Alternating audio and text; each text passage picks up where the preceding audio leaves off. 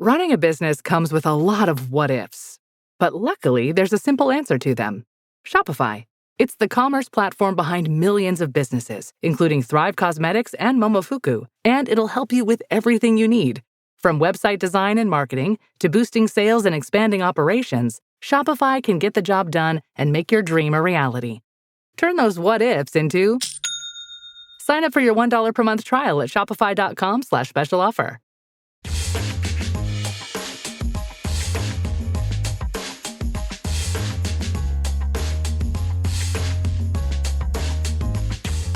So have either of you played Pokemon Blue? I played a lot like 10 to 15 years ago, much less recently. Wow, that's kind of wild to me because you're also the baby of the podcast. But the reason we're talking about it is not for nostalgia, but because over the weekend, Google's Gemini 2.5 Pro beat Pokemon Blue, although there's a lot of asterisks because like they had to build these like agent harnesses that translated the game to something that Gemini could play. And it wasn't something that Google did officially. I think somebody like did it as a little fun side project on Twitch. But like Sundar Pichai was definitely cheering it on. So I'm curious, like, I guess Max is somebody who's interested in both AI and Pokemon. Were you impressed? I'm just saying I beat this game when I was 10, so I'm not that impressed. Wait, didn't you just say you played it a few years ago and now you've referenced that you were 10 when you did that? No. I said like 10 to 15 years ago. Okay. I know I'm young, but I was not 10 years old a few years ago. So let's TechCrunch prodigy. We have a 12-year-old here, guys. No, we don't. We do. There's no child flavor that we know of. I'm totally kidding. So you were not that impressed, Max, because you've done this for. This is easy. This is a really interesting space. I think, there's a lot of questions around like what kind of harness did they use to make it so good at Pokemon? But it is a really interesting space to me that we're just like, maybe this is the best way to test AI models is just to see which one can beat Pokemon the fastest. I actually love that idea, like gamifying AI as a test piece. I mean, there's a lot of history with AIs playing games, and I don't see why this one can't be the next big benchmark. I think I'm all for this. And I think part of the reason there was so much fuss about it was because actually Anthropic was the first one to make a big deal about Claude playing Pokemon Red, which we didn't have time to get into the difference between Pokemon Blue and Pokemon Red, but then it kind of got stuck. And so I think there was a little bit of a sense of like, hey, it's a race, and Gemini beat Claude in this totally unscientific race. Well, if it wasn't obvious, this is Equity, TechCrunch's flagship podcast about the business of startups. Today is Friday, May 9th. I'm Kirsten Korosek, transportation editor. I'm Max F., senior reporter. And I'm Anthony Ha, the weekend editor. Like I mentioned, we have a lot to talk about beyond Pokemon, including AI. We have deals of the week from countertop robot company Posha, Uber's AV deals, and then we're going to get into Mark Zuckerberg's new AI advertising tool and Brian Armstrong's age-reversing treatment startup. Can't wait to talk about that. Let's talk about Posha first. Am I pronouncing that right? Pasha? As far as I know, it's Posha. This startup actually changed their name. They used to be a different name when I heard them present at Startup Battlefield at the last TechCrunch Disrupt, but now they have a new vibe. But yes, let's get into Posha. They're a countertop robot that cooks meals for you. They just raised $8 million in a Series A. But more kind of interestingly is what the tech actually is. It's basically sits on your countertop and it will do some of the cooking process for you with an emphasis on some. It does not do the entire cooking process, which is my biggest gripe about Posha. This was my biggest question for them when I saw them present at Startup Battlefield, which is like, what are you guys not automating and why aren't you guys automating that part of it? Like basically what you do is you have to go shopping. You have to chop up ingredients. You have to load them into the machine in a specific way. And then the machine will do some of the cooking for you. And then you have to clean up after. Okay, so this sounds like an Instapot. You know what I mean? Like that's what I would do if I was. Remember when the Instapot was the only cooking tool that anyone used, and you pretty much describe what I would do. I mean, granted, I understand there's no AI in the Instapot, but you put a bunch of stuff in the pot, and then you hit a couple buttons, and then your meal was done. Where's the AI in this? Well, okay, so I mean that is a good point where it is very similar to an Instapot. I think the part where they would say they're different, and which is a slight nuance, is that, you know, they kind of throw in ingredients in different stages. So like if you were making like a soup and you wanted to like simmer the garlic first or something, or if you wanted to cook down the onions before you throw in the meat or something, or before the pasta or something, like it kind of adds things into a pot in different steps, and it can claim that it knows when ingredients are cooked to the perfect amount. I would argue, and they say they're using computer vision for some of this, which is interesting. But my whole thing, I'm someone who likes cooking, and I'm curious about you guys. Like, I feel like this to me is automating maybe the best part of the cooking process, which is the actual cooking, and none of the worst parts of the cooking process. I agree. And I mean, I think it's also interesting to consider this in contrast to like that kind of wave of meal kit startups like Blue Apron, where, you know, their pitch was, hey, you don't like the meal planning, you don't like the shopping, but we'll take all the sort of lame parts out of cooking, but you can do the fun parts. And I mean, in my experience, that was like actually great. I think there's a whole bunch of reasons why most of those companies were not successful, but I think it really came down to more like unit economics as opposed to there wasn't consumer demand for it. And so this feels like the reverse of that, and not necessarily in a good way. Right. I mean, I think a lot of people will remember Juicero, which is this juicing machine from a long time ago that was all the rage at one point. Basically, it squeezed packets of juice into a cup for people. Am I getting that right? Yeah, like that's right. Yeah. I mean, the way they pitched it as this is a juice robot. And then I think people actually opened it up and they're like, wait, so you basically just have these juice packets and you're sort of like squeezing the packets into the dispenser, and that's the robot. And there was like a back and forth. The company's like, no, it's a little bit more sophisticated than that, which let's say for the sake of argument that it was. But it was something that VCs were very excited about. The marketing sounded very cool. And then the core of it was kind of not that amazing. Right. And then it is now in the history books, right? It's not a going concern anymore. But we'll never forget it. No. I mean, I've seen a lot of these kind of things pop up again, where I'm not saying that this is Juicero for cooking, but I'm saying we've seen a lot of, this is a cooking thing that has AI in it. And I'm like, does it really solve anything? Like at CES, I saw this AI spice robot. Another thing I will never forget, because we had a conversation about it. Yeah. It basically was a thing you hold and it pours spice using AI. I don't really know. I honestly never figured it out exactly what they were doing there. But yeah, I mean, I think that like all of these things, they sound fun. But then I'm like, wait a minute. Do I actually want a robot to stir my pot for me? I don't know. Well, I also want to note that this goes for a little bit more than $1,700. The Instapot, by the way, is like $165. So, you know, it's an expensive thing, too. There are a lot of expensive robots. There's an even more expensive robot that I can think of. And this is a robot with wheels. And I'm talking about my favorite topic of all time, which is autonomous vehicles. The reason why I'm bringing it up, I have a legitimate reason this week, because Uber has made so many deals. I don't know if you've noticed this, but they've now made deals with something like 15 or 16 different autonomous vehicle technology companies, like in various siloed areas, like delivery, sidewalk robots. But the most interesting one is all the deals that they've been ratcheting up with robotaxi companies. Have either of you been watching this or following this at all? I followed this in the sense of, you know, I read the articles in preparation for this episode. But I mean, I'm particularly curious about like what actually the deal, like the partnerships entail, because this isn't about like Uber making a big move into China, right? Well, no. So probably our audience is most familiar with Uber's deal with Waymo, which is a product called Waymo on Uber, which is not my favorite branding. But basically in Austin right now and soon in Atlanta, you open up the Uber app. You hail a ride. If you've changed your settings, you will get potentially a robotaxi that shows up. It's never a guarantee. We played around with it when I was in Austin and Rebecca Balan was in Austin for South by, and we were able to actually get a few robotaxis.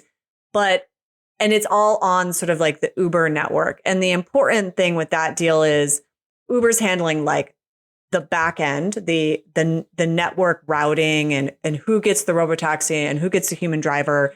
They handle the maintenance and like the cleaning and charging of the vehicles, but Waymo handles all the tech. So it's a partnership. These new deals are similar, but with several Chinese companies. But specifically to your question, not in China.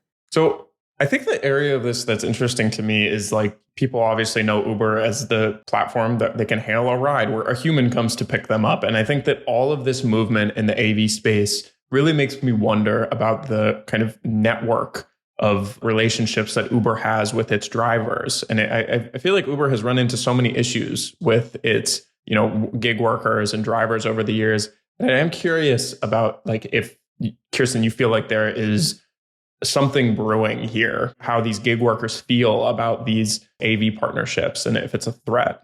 Yeah. So when I was in Austin, I did talk to a few Uber drivers, as I oftentimes do, and ask their opinion on the company. And a lot of them weren't really worried. What I'm curious about is these three recent partnerships. One is with three different Chinese AV companies, WeRide, Pony AI, and Momenta. WeRide being, to me, the more interesting one because Uber also invested $100 million into the company as part of this.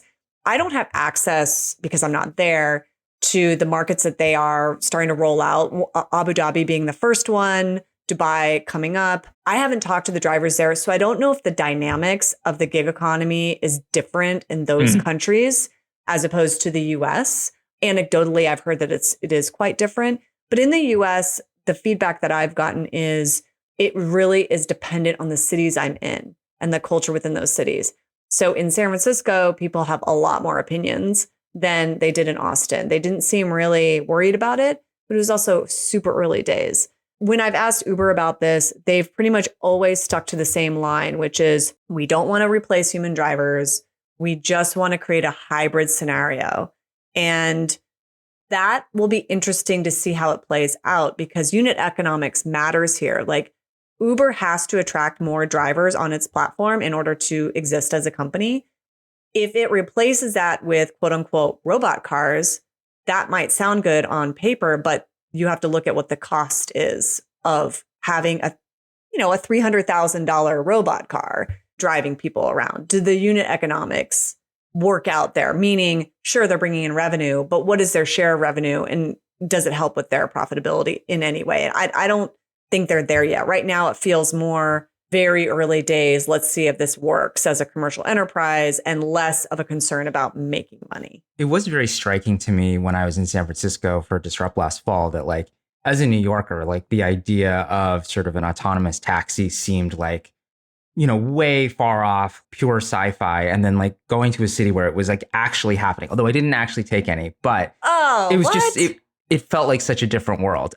I was, I like the bus and the trains, and then occasionally I just use my Lyft app. Fair. Okay, this is a slight tangent, but Anthony, since you brought it up, like Kirsten, I feel like people tell me all the time that they can never imagine, like Anthony said, like a Waymo in New York. And I know that they're testing them there. Like there have been some spotted, or maybe that was just a rumor. But do you think that it's possible to have autonomous vehicles in like such a crowded, busy place like New York City? I mean, it's possible, but New York has actually incredibly strict rules around testing autonomous vehicles in the city. So quite honestly, I don't see that being a viable area. There's going to be so many other areas where they're going to go first. And they're going to companies are mostly going to stick with areas that have really open regulatory environments. Also pick cities where the culture is of a rule following nature. It's one of the reasons why one of the first cities where AVs were tested a lot was Singapore. Also really good infrastructure and really good weather. And New York doesn't fall under any of those categories. Like I think it that's does all not fair. check. Yeah.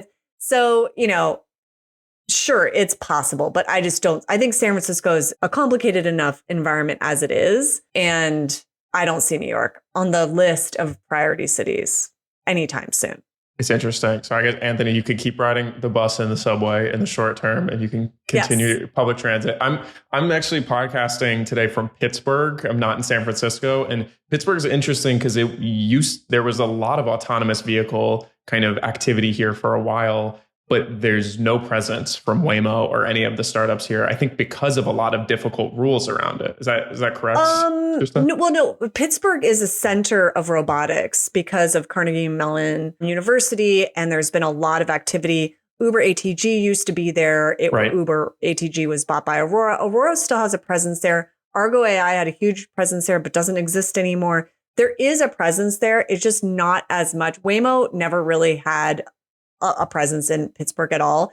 You do see talent base there and some testing, but not to the degree that it used to be.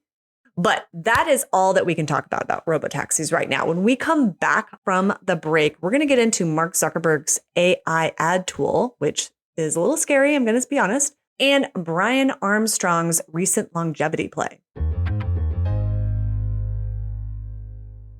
Ryan Reynolds here from Mint Mobile. I don't know if you knew this, but anyone can get the same premium wireless for $15 a month plan that I've been enjoying. It's not just for celebrities. So do like I did and have one of your assistants switch you to Mint Mobile today. I'm told it's super easy to do at mintmobile.com/switch. Upfront payment of $45 for 3-month plan, equivalent to $15 per month required. Intro rate first 3 months only, then full price plan options available. Taxes and fees extra. See full terms at mintmobile.com. And we are back with Meta's CEO, Mark Zuckerberg, who has a new idea for a kind of black box end-to-end AI advertising tool. I want to hear your guys' thoughts on it. I'm just going to give you his pitch. This is what I heard him say in San Francisco this week at a talk I went to. He said the basic end goal here is any business can come to us, say what their objective is. We get new customers to do one thing or sell another thing. And then the customers tell us how much they're willing to pay to achieve those results. They connect their bank account, and then we deliver as many results as we can. He called it the ultimate business results machine. And he thinks it's going to be one of the most important and valuable AI systems that gets built. So he basically just described the whole marketing ecosystem that he's just basically going to automate. And I'm just curious, like, what are your initial thoughts on hearing that? I have thoughts. First of all, he lost me at connect your bank account. Just hook your bank account straight up to Mark Zuckerberg. Yeah. Also, this feels incredibly vague. Like you said words, and I don't understand what this actually means and how this is a service. So let's back up. Okay. Black box end-to-end AI advertising tool. What does this actually mean? And are there other companies out there, like startups even, trying to do the same thing? Great question. So, I mean, what it really is it's an AI image generator will create kind of a creative advertisement, like an image that you would see on Instagram. It'll create thousands of these different kinds of ads based on what a business sells, what they're trying to do. And Meta will just test them out for people and see which one works the best, which one resonates the most with people. And then Meta will do all of its normal kind of targeting techniques, figuring out which demographics and which groups are most likely to buy these products. So basically, he just wants to take the whole marketing kind of field, the whole industry, and instead, we're going to let AI make the ads. We're going to let AI find the right people. And that's his pitch, basically. It's just, we're going to do all of it. And this is a big deal for Meta because the advertising is the only way they make money. Like that is, if you look on their earnings, like that is 98% of it.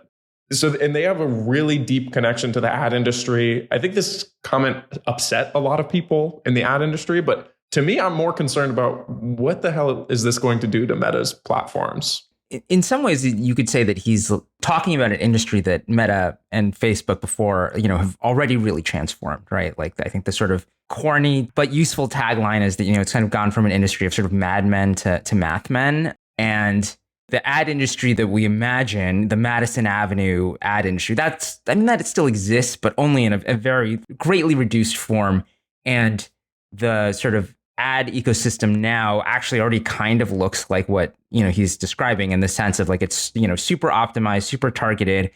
Frankly, I already see a lot of AI slop in the banner ads that I see. So in that sense, it's not that dramatic of a transformation. It's just sort of accelerating what's already happened. I think, probably the scariest thing for a lot of people in the business is the idea also that like, oh, this all happens in Meta's platform now. And if you were sort of an intermediary that, found a business for yourself within like Meta's world, that may or may not be true in the future. Right. That's interesting.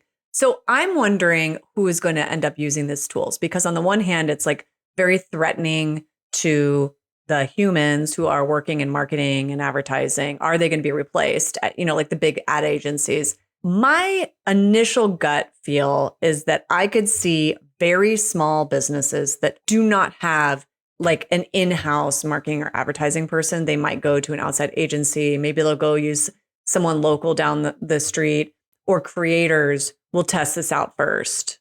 I don't really see, I could be wrong, major corporations, Fortune 500 companies being like, you know what, let's hand over all of our advertising to an AI.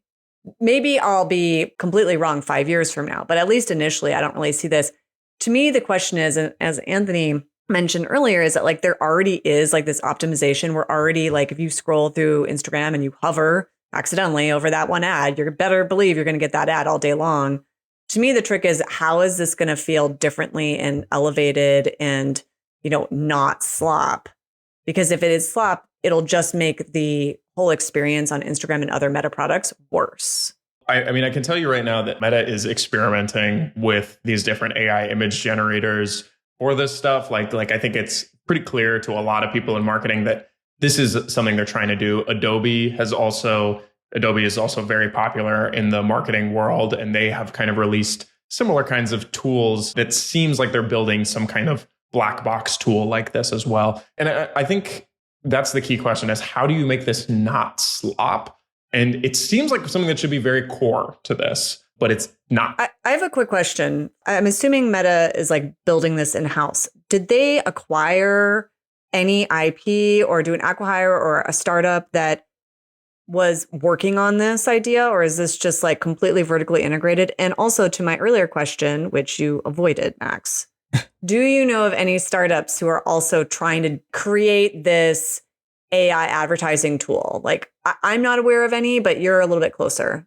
Yeah, well, okay. So on your second one, there's one startup that we've seen, I'm blanking on the name right now, that is trying this. We've seen a couple trying this, but really, I mean, I think the beauty of Meta or Adobe doing this is that they are so tied in to the ecosystem already. They handle so much work for these advertisers and for these companies in their marketing efforts that I think they're in such a good position to just steal all of it now. And in terms of, the tools Meta is using to do this, they've been releasing kind of little pieces of this plan for years now. I mean, they've come out with AI image generators. They've come out with AI video generators. They've come out with tools for advertisers to, better track their audience and their performance. I mean, I think the pieces of this have been building for a long time, but it's really coming together in a very neat way now. But I think the result is that people who use Meta's platforms are going to be seeing a lot more AI slop, which they've already been inundated with on Facebook and Instagram. And that's also happening at a time that over, the last period of time, like most noticeably in Instagram, right? Like there's just more and more, that sort of like clean feed of just, here's your friend's photos. Like over time, that's transformed. I mean, for a variety of reasons of like allowing on different formats and moving away from just sort of like a pure kind of following model. But also it's like made room for like more and more promoted content. And I would imagine that's just going to continue too, of like, as people sort of see AI slop, don't like AI slop, and are trying to like be like, I don't want to see this, then Meta has to become more and more aggressive about like, hey, click on this. Yeah. What a future. I'm not even really sure if I want to see that future. Well, I mean, like Mark Zuckerberg has been saying so many incredible things about AI recently. And there's also he's like, in the future, most of your friends are going to be AI. That's really what Meta's going to be for, is just connecting you with your AI chatbot friends. The thing that's scary is that in the background, the future is also going to be a lot longer because there's all these longevity startups. So we're going to be around forever, and then all of our friends are going to be AI. So I want to talk about longevity because there's this other company called New Limit, and it was founded by Coinbase's CEO, Brian Armstrong, recently raised $130 million to develop age-reversing treatments. I've been waiting for the longevity trend to be over, but it is not. It is persisting. And I guess it's just so that we can be around long enough to play with Mark Zuckerberg's AI friends. I was also shocked that this was a Brian Armstrong company, because I think by default, my knee jerk is just like, oh, I assume it's like Brian Johnson, the guy who like keeps talking about wanting to live forever. But this is a common dream. And I think that sort of Silicon Valley VCs, CEO founders are particularly open about their desire to live forever. I think it's a very human desire, but it's just that they're the ones who are putting hundreds of millions of dollars into trying to make it happen. Well, the interesting thing to me here is it's not just longevity, but just pulling back a little bit, healthcare in general. And you can kind of understand why people are getting to this point of where they're interested in kind of controlling or taking control back on their own health. And we've seen a rise of wellness influencers. We've seen folks going through, and I'm completely forgetting the name right now, but the body scanning device that you could pay thousands of dollars with, and it gives you like the whole like rundown of what you need, and sort of cutting out the traditional doctors. For instance, Hims and Hers, which, you know, is publicly traded, had been publicly traded for a few years now. They got their start with like erectile dysfunction in men's health, has now expanded into weight loss drugs and mental health and women's health. They just hired a CTO. Actually, they pulled him from the autonomous vehicle space, which is really interesting. But that whole premise with that company is to really assist doctors and, again, like close that gap and give people more control over their lives. And then we have companies like what Brian Armstrong's doing, New Limit. Again, it feels very much about this moment of people wanting to control their lives and maybe make them longer and control their health, and a kind of a distrust of the medical profession in a way. I don't know if that's the vibes that you guys are getting, but that's certainly how I'm feeling about this. It's also, you know, obviously happening in the context of a lot of kind of the existing research and regulatory infrastructure around health in the United States is being reformed, not so much, maybe, dismantled. And I know there've been articles about this idea of actually this is going to create tremendous amounts of opportunity for startups potentially, that like part of what I think probably to some degree consciously the goal of something like members of the Trump administration is basically take a lot of stuff that was happening under the umbrella of the federal government, that was funded by the federal government, and kind of move it into the private sector under startups. Yeah. We're in a moment right now where at the government level, in tech, in all of the industry, there's this big movement to make things more efficient. And AI is kind of seen as like the bam, we're going to slap that on there. That's going to make it more efficient. Like, I think, you know, the New Limit, one of the techniques they use is a lab in a loop approach, quote unquote, which basically they generate drugs with AI and then test them in a real lab. And we've seen a couple of startups doing this. Lila Sciences is a startup that's raised $200 million. And they're trying to create scientific superintelligence. And they also have this kind of lab/AI approach where they're testing the things that AI comes up with. I think it's really kind of an interesting, idea to kind of speed up the pace of scientific discoveries. I think we've seen some very promising signals in this space so far with other parts of combining AI and science with things like AlphaFold. But all of these other approaches really feel like kind of a stretch to me. Like I think that we are still waiting to see if actually any scientific discoveries come from this stuff. I'm wondering if you saw some of our coverage on Future House, which gets to your point.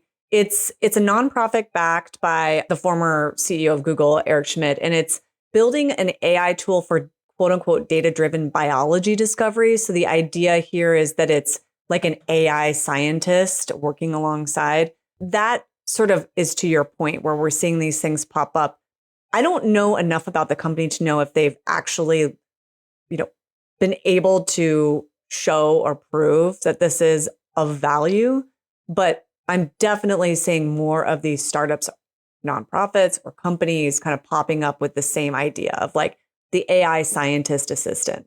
Kyle, in his article about Future House, does sort of have a nice little capsule summary kind of at the end where he talks about how, it's just very unproven and that there've been some failures of clinical trials. Even AlphaFold, I think, has had some success, but it sounds like it's not completely reliable yet. And the Future House AI, even by the company's own description, makes silly mistakes, which is a cool phrase you want to hear when you're hearing about drug development and discovery. I think the way they're framing it, actually, this ties into some of the other discussions we had on this episode, is they're saying, well, we're not just letting the AI develop drugs on its own. The idea is that it sort of is exploring all these different ideas in a much more accelerated pace than you could do otherwise. But we still have a bunch of human technicians, biologists there who are actually making the decisions, which sounds good in theory, but it sounds like just the question of whether or not the AI will actually help and speed up the process is not necessarily disproven, but also isn't proven yet. To me, I think it will come down to if the tool that is used is able to show the human scientists the proof of work so that then it can be checked off and validated, verified. And I think TBD, we'll see it. This is a perfect place, quote unquote, silly mistakes, I love that, to end the show. But Equity will be back next week. Until then, you can find Equity under the handle at EquityPod on X and Threads. Thanks again, Anthony and Max. Equity is produced by Theresa Loconsolo with editing by Kell. We'd also like to thank TechCrunch's audience development team. Thank you so much for listening, and we'll talk to you next time.